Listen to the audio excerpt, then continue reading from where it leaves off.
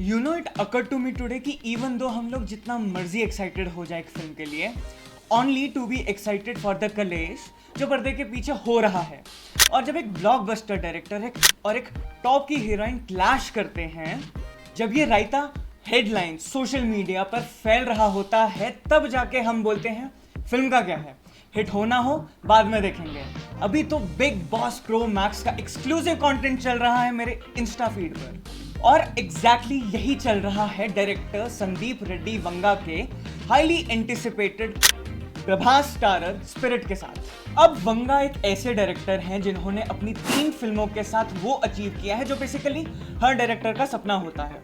That is कि film की release होने से पहले फिल्म की इतनी कंट्रोवर्सी हो जाए कि लोग मजबूर हो जाए कि साला ऐसा क्या है फिल्म में, और तुम टिकट खरीदो। और कंट्रोवर्सी तो इस फिल्म की भी सगी है।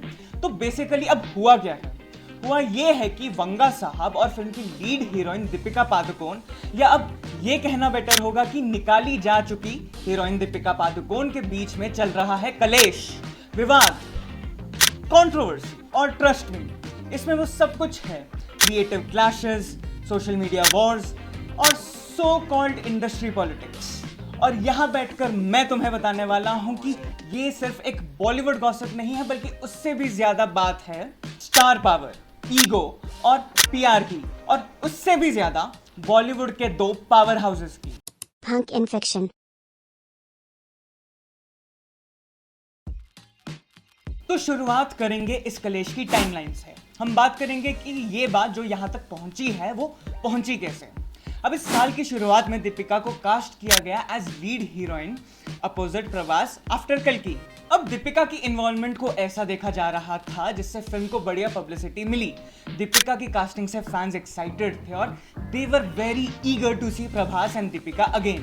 तो फिल्म की अब तुम उसे फ्री की पब्लिसिटी बोल दो या फिर दीपिका का नाम लेकर फ्री की मार्केटिंग, बस जनरेट हो रहा था, लोग तैयार थे। इवन कि मैं भी आज की डेट में वेट कर रहा हूँ इस फिल्म का अपने पैसा खर्च करने के लिए to see this film. Sandeep Reddy Vanga और दीपिका के बीच में बात काफी हद तक फाइनलाइज हो चुकी थी, डील ऑलमोस्ट पक्की हो गई थी, लेकिन लास्ट मोमेंट पे दीपिका ने पैन इंडिया एक्शनियर से बैकआउट कर लिया। पर फिर आ गए रूमर्स, और जैसा मैंने कहा था कि वंगा की फिल्म के साथ कंट्रोवर्सी हमेशा साथ आती है, तो रूमर्स फिल्म के फ्यूचर के लिए बिल्कुल अच्छे नहीं थे। तो कैसे रूमर्स थे अभी बताता हूँ। तो पहले तो अफवाह ये उठी कि Deepika had legit beef film की डायरेक्शन पर। आफ्टर दीपिका ने फिल्म को करने से मना कर दिया, तब ये रिपोर्ट किया जा रहा था Deepika was uncomfortable with A rated bold scenes. उन्होंने मना कर दिया कि वो इस फिल्म के लिए कोई भी एक्सप्लिसिट सीन नहीं करेंगे। And to be fair that's completely fine, किसी को जबरदस्ती कोई भी चीज करने के लिए मजबूर नहीं किया जा सकता, पीरियड। लेकिन कुछ लोगों ने ये आर्ग्यूमेंट लाए हैं कि दीपिका तो पहले भी बोल्ड सीन्स में काफी कंफर्टेबल थी, लेकिन यार थोड़ा दिमाग भी लगाओ ना। हर डिसीजन के पीछे एक कॉन्टेक्स्ट होता है, एक टाइम होता है, एक स्पेस होती है। ऑडियंसेस को थोड़ा माइंडफुल होना पड़ेगा कि किस सर्कमस्टांसेस में वो चॉइसेस लिए गए थे। बट अगर ये कलेश का कारण होता तो मैं बैठ के यहाँ पे वीडियो थोड़ी ना बना रहा होता। तो अब ये कहा जाने लगा कि दीपिका ने कुछ कंडीशंस पुट फोर्थ किए हैं, जिसमें एक कंडीशन थी कि तेलुगु में वो अपने डायलॉग्स नहीं बोलेंगी, एक स्ट्रिक्ट 8 घंटे का वर्क शेड्यूल, यानी दिन में सिर्फ 8 घंटे वो काम करेंगी। इस फिल्म के लिए वो 20 करोड़ की फीस लेंगी, और बाकी अगर फिल्म सक्सेसफुल हो जाती है तो फिल्म का प्रॉफिट होगा, उस फिल्म की कमाई से भी वो पैसा लेंगी। और मैडम विक्टोरिया पादुकोण, आप बोले तो वंगा साहब आपको हाथ से पंखा भी कर देते हैं। बट एवरीथिंग असाइड, तेलुगु में डायलॉग्स डब करने वाली बात मुझे झूठी लग रही है। बाकी as far as the film is concerned, ऐसा कहा जा रहा है कि इन डिमांड्स के कारण वंगा अपसेट हो गए दीपिका से, एंड वेरी क्विकली दीपिका को फिल्म से ड्रॉप कर दिया, एंड वेरी क्विकली दीपिका को रिप्लेस भी कर दिया विद तृप्ति दिमरी, जो एलिजिडली जितना दीपिका मांग रही थी उससे मार्जिनली बहुत कम फीस में वो काम करेंगी। एंड नाउ जब दीपिका इस फिल्म से आउट है, और अगर सीधा दीपिका की इन्वॉल्वमेंट इस कंट्रोवर्सी में नहीं भी है, देन अगेन दीपिका की नोटोरियस पीआर टीम ये मेक श्योर कर रही है कि वंगा को ही विलन दिखाया जाए इस पूरे कलेश में। ऊपर से वंगा साहब भी चुप रहने वाला बंदा तो है नहीं, और एक ट्वीट किया उन्होंने जिसमें उन्होंने डायरेक्टली दीपिका को अक्यूज नहीं किया है लेकिन इनडायरेक्टली ब्रीच ऑफ ट्रस्ट और स्टोरी को लीक करने के एलिगेशंस लगाए हैं, इवन क्वेश्चनिंग हर फेमिनिज्म, इवन सरकास्टिकली ये भी तंज कस दिया खुंदक में बिल्ली खंबा नोचे।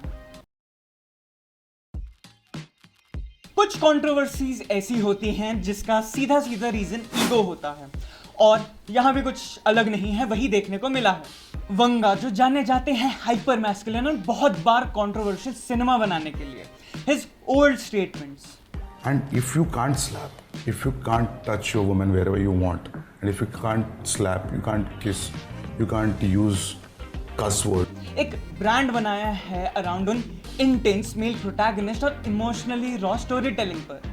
Deepika on the other hand एक सिंबल है मॉडर्न बॉलीवुड के स्टारडम का, विच इज स्ट्रेटेजिक, असर्टिव और जो अनविलिंग है to compromise her status.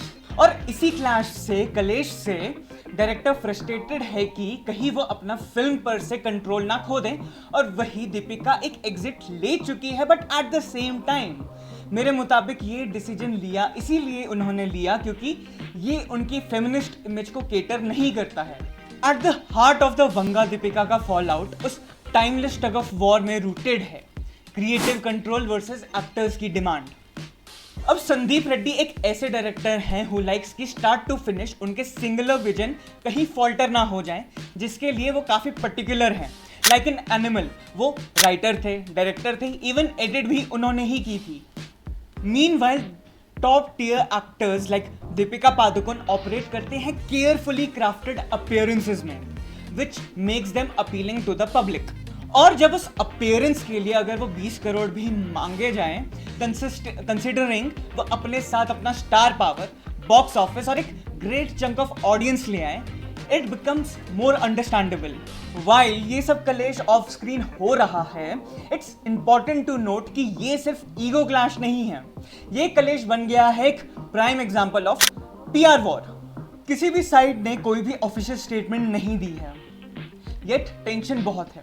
Sandeep Reddy का क्रिप्टिक पोस्ट लेयर्ड है सबटेक्स्ट से, जो एक इनडायरेक्ट अटैक है विदाउट नेमिंग नेम्स। और सिमिलरली दीपिका ने भी एक इंटरव्यू दिया, voice and just make decisions and stand by decisions that really give me a lot of peace. जिसमें वो खुद को इस पूरी कंट्रोवर्सी से खुद को ऊपर बता रही हैं। और काउंटलेस वीडियोस ये बता चुके होंगे कि वंगा कितना टॉक्सिक आदमी है, दीपिका कितनी टॉक्सिक है, और उसकी पीआर फर्म अभी पानी की तरह पैसा बहा रही होगी टू शो दीपिका कितनी बेचारी है, विच इज ऑलमोस्ट करेक्ट।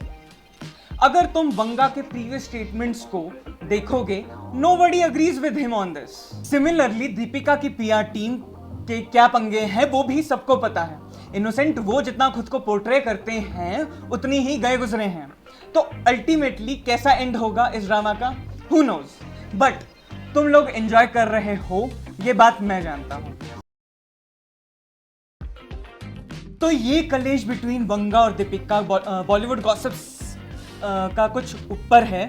ये एक ताना बाना है उस इकोसिस्टम का जिसमें क्रिएटिव कंट्रोल के लिए, स्टार पावर के लिए, अपीयरेंसेस के लिए संघर्ष चलता है, तो बहुत जल्दी अगली हो जाता है। अब इस पूरे कलेश में तुम दीपिका के साथ हो जो अपनी फेमिनिस्ट इमेज बचा रही है, या फिर वंगा के साथ हो जो अपना क्रिएटिव विजन बचा रहा है, मुझे कमेंट्स में बताओ। और मुझे बताओ तुम्हें क्या लगता है इस पूरे कलेश में, क्योंकि इवन नॉट राइटली लेकिन प्रोफेशनलिज्म और रिस्पेक्ट को लेकर भी ये कंट्रोवर्सी सवाल उठाती है, क्योंकि खुंदक में बिल्ली खंबा नोच रही है।